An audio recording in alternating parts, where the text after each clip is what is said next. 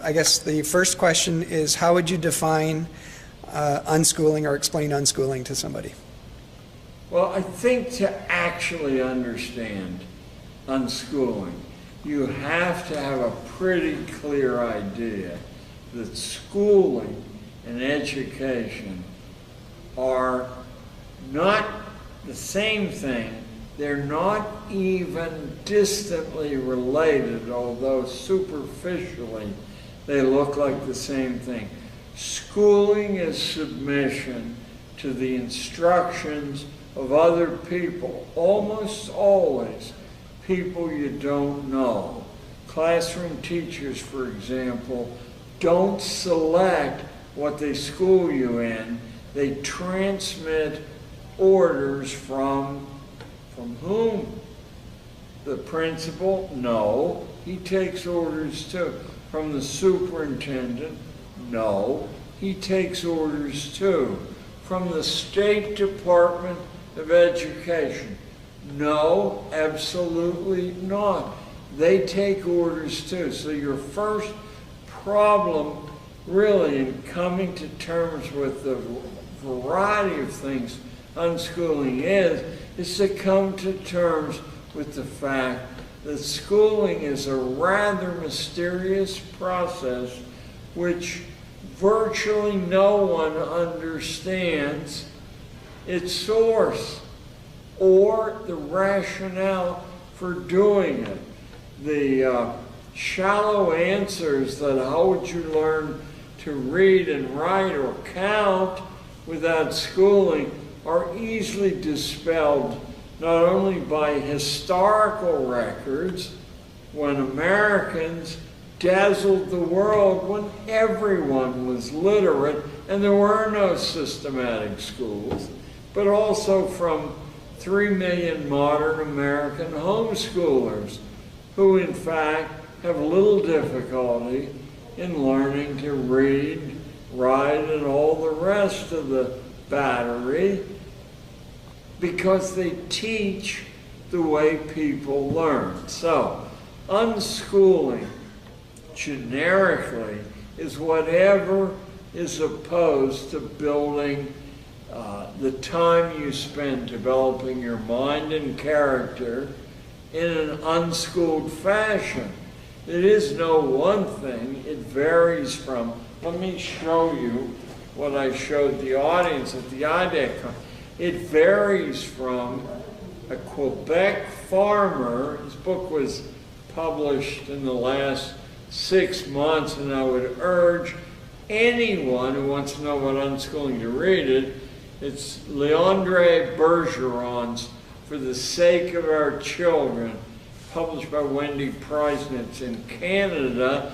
Mr. Bergeron has a large farm 40 miles north of Montreal, and he has 3 daughters.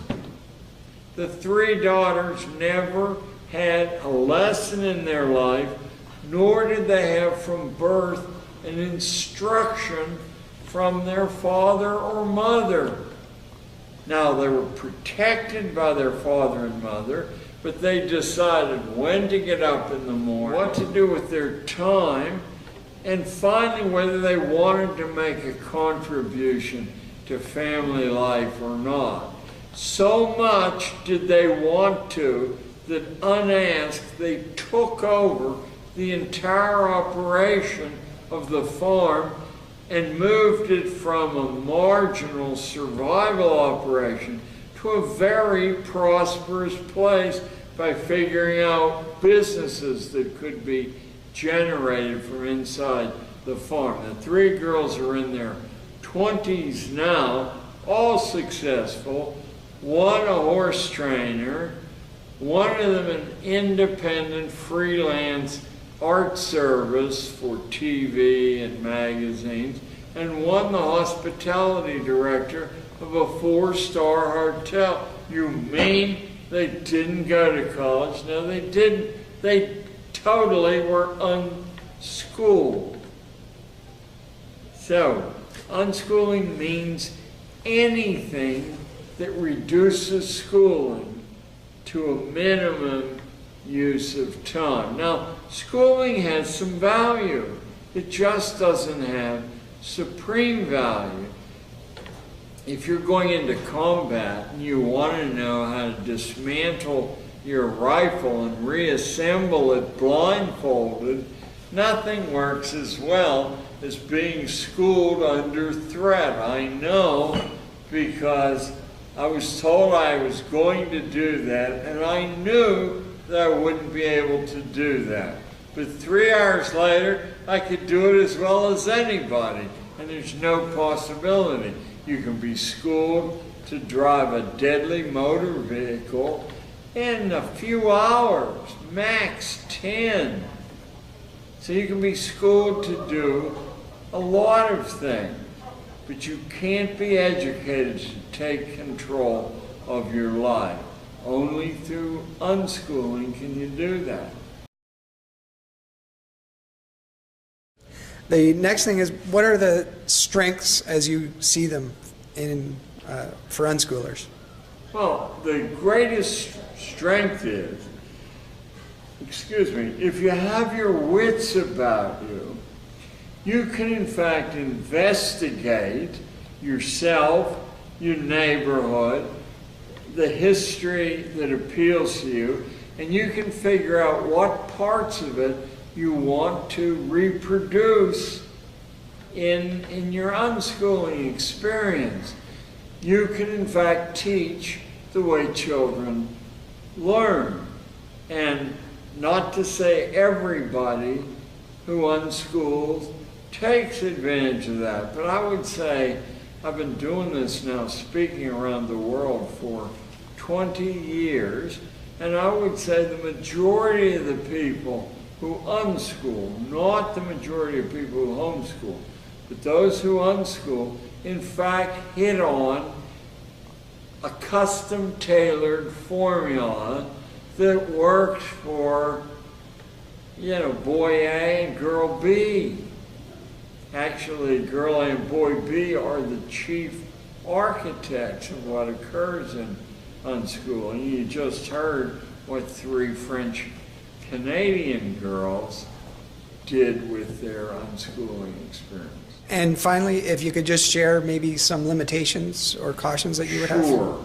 If you become a total purist at unschooling and your own will occupies all your time, you're prone, it's not certain this will happen, but you're prone to emerge unbalanced, because while you have energy and you have the insight and mental agility of being young, you unfortunately lack the experience with both the world and with history to make your judgments the best you're capable of. You tend to be moved by great enthusiasms to eat up all your time, in one area or another area.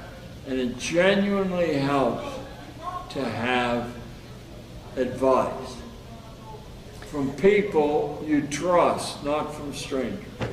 And I'm just curious, there are different terms used for unschooling: natural learning, Wendy Presidents uses life learning, unschooling. Do you have any preference personally? I know you talk about open source learning. I not only, open source appeals to me, so I use it because it helps me to organize what I think is something essential. No expert or set of expert textbooks can possibly offer what in today's talk I quoted John Stuart Mill as saying, unless you have all points of view on a subject, you have been propagandized.